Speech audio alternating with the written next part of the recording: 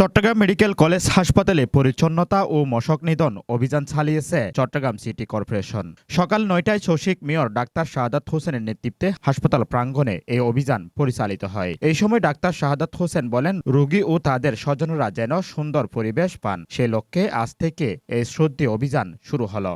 হাসপাতাল এলাকা নিয়মিত পরিচ্ছন্নতা রাখতে এখন থেকে প্রতিদিন শশীকের ১০ জন পরিচ্ছন্নতা কর্মী আলাদাভাবে নিয়োজিত থাকবেন বলে জানান তিনি। তোমাদের এই দোকানকে দায়ী করবো আমি, তোমাদের এই দুইটা দোকানকে দায়ী করবো এখানে কেউ ময়লা ফেলবে।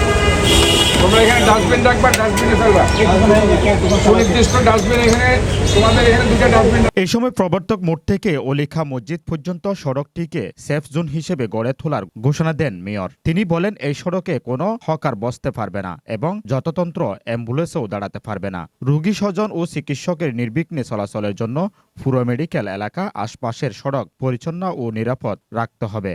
পাশাপাশি হাসপাতালের দালাল চক্র ও ওষুধের অবৈধ দূরত্ব বন্ধে নিয়মিত নজরদারি চালানো হবে বলেও কঠোর হুঁশিয়ারি দেন মেয়র শাহাদাত হোসেন। অভিযানে শশীকের পরিচ্ছন্নতা কর্মী ও ঊর্ধ্বতন কর্মকর্তারা উপস্থিত ছিলেন। News desk, Chittagong.